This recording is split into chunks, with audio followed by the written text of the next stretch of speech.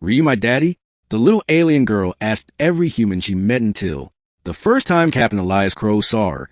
She was wandering through the smoldering wreckage of what used to be Outpost Delta 3 on the planet Rydor. Her skin shimmered faintly like moonlight on water. Her hair was thin and silver, floating around her head as though weightless even in full gravity, and her eyes, those enormous eyes, were an impossible shade of blue-green, deep and glimmering like galaxies. She couldn't have been older than 6, maybe 7, but she wasn't human. The girl stood barefoot amid twisted metal and fires still burning low from the last wave of bombardments. Her small hands clutched a half-melted doll made from crystal polymer. Her lips trembled. When she saw Elias, she looked up at him with wonder and a question that would haunt him for years. Are you my daddy? Elias froze. Behind him, his squad shifted uneasily, glancing at one another. The air stank of ion burns and death. They had come expecting scavengers, not children. He stammered. No, kid, I'm not. Where are your parents? The little alien blinked slowly, her irises glowing faintly. I don't know, she said, voice soft, melodic. Everyone went to the stars. They told me to wait for my daddy. You came from the stars. So are you him? The word stabbed him right through the armor of his heart. Part 1. The Lost Child of Rydor.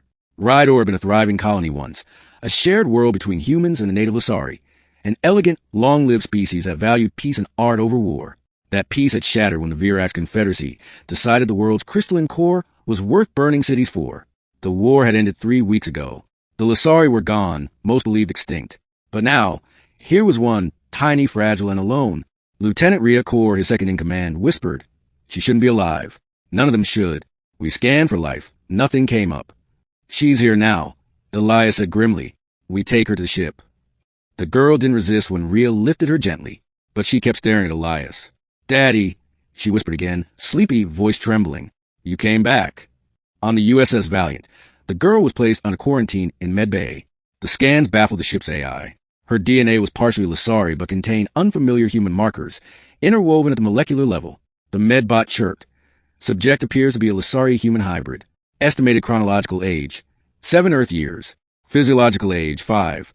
Accelerated cell regeneration. Emotional state, extreme trauma. Dr. Halverson frowned. There were no Lasari-human hybrids. Genetically incompatible. This shouldn't exist. Elias stood behind the observation glass, watching the little girl lying on the med table. She was humming. A haunting tune, almost familiar. Her voice drifted through the speakers. Stars fall down. Stars go home. Find me where the rivers roam. Elias felt a chill crawl up his spine.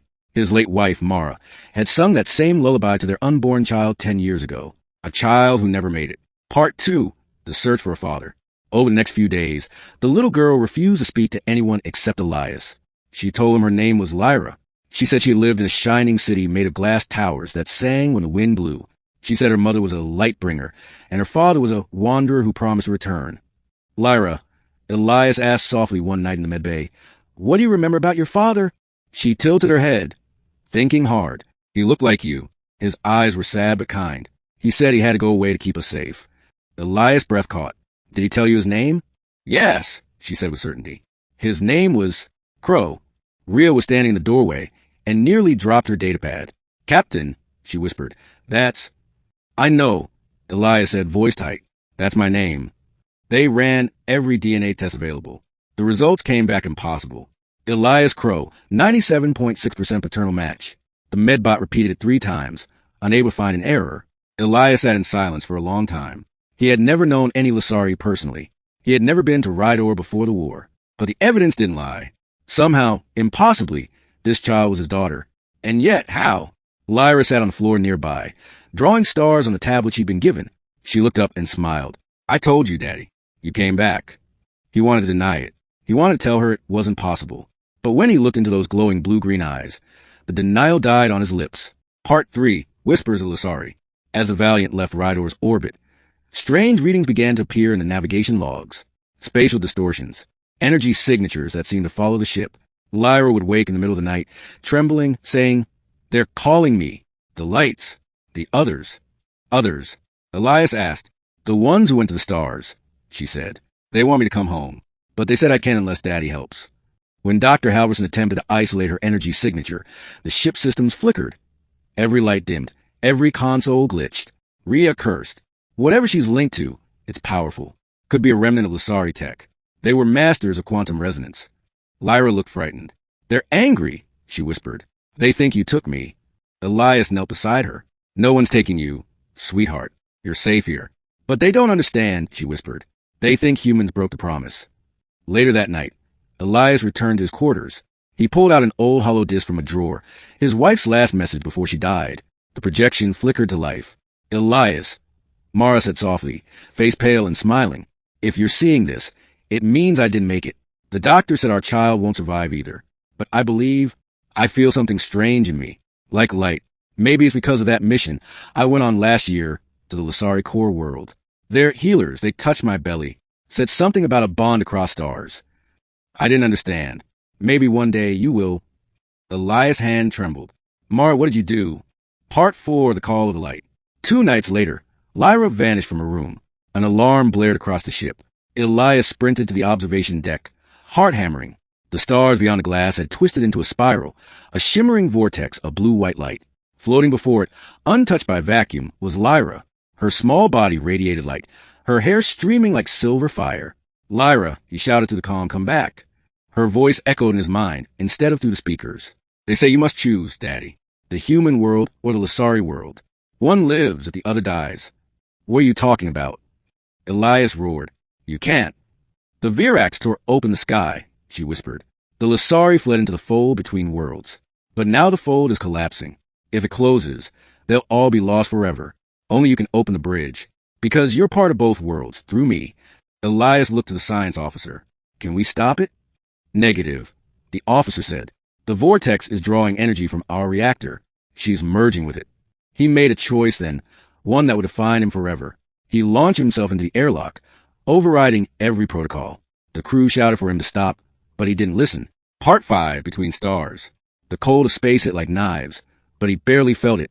Lyra was there, glowing brighter, tears falling like sparks. Daddy, you came. He reached out, his gloved hand trembling. Always, Lyra. Always. When their hands met, the universe bent. Suddenly he was nowhere and everywhere. He stood on a bridge of pure light stretching across galaxies. Around him shimmered vast shapes. Lasari beings made of song and starlight. They spoke not with words but with harmony. The bond is restored, they sang. The bridge between flesh and light. You, human father, you carry both lineages. Elias looked down. Lyra's body was dissolving into radiant motes. No, don't leave me. I'm not leaving, she whispered, smiling. I'm becoming what I was meant to be. You gave me your heart. Now I'll give you my light. He tried to hold her, but she was gone, melded into the brilliance of the Lasari realm. Part 6, The Return. When Elias opened his eyes again, he was back on the bridge of the Valiant. The alarms were silent. The vortex was gone. The stars looked different, brighter, clearer. Rhea approached him carefully. Sir, we lost power for 13 minutes. When systems came back, the energy readings. I know, he said quietly. She's gone.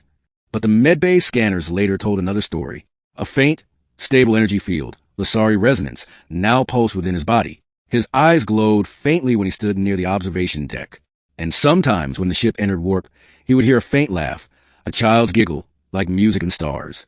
Part 7, The Legacy of Lyra. Years passed. The war ended. The Lasari returned, reborn from light, crossing the restored bridge that Elias had opened. They came in peace, shimmering and graceful, calling him the Bridge Father. A monument was built on Rydor, a small statue of a girl with silver hair, holding a crystal star. The inscription read, she asked every human she met, are you my daddy? Until she found the one who was. Elias often visited the site, standing in silence before the statue. He was older now, hair grayer, but when the wind blew through the ruins, he could swear he heard her voice. Stars fall down, stars go home, find me where the rivers roam. One evening, a Lasari envoy approached him, a woman whose eyes shimmered with the same color as Lyra's. She's not gone, you know, the woman said softly. Her essence guides our people now. Every light you see at night, every warpath that opens, is her gift. Elias smiled faintly. That sounds like her. Do you ever regret it? The woman asked. He looked up at the twilight sky. Regret? No. She found me when I was lost. I think that's what fathers are meant to do, even across galaxies. Epilogue. The child among the stars. Somewhere in the luminous heart of the Lasari realm, a figure of light watched over distant worlds. Her laughter echoed through cosmic winds. Her voice whispered to travelers lost in the void. Don't be afraid. Someone is waiting for you. just like my daddy waited for me. And when a star flared brighter than the rest, sailors of the void would point and say, "There she is, the little alien girl who found her father among the stars."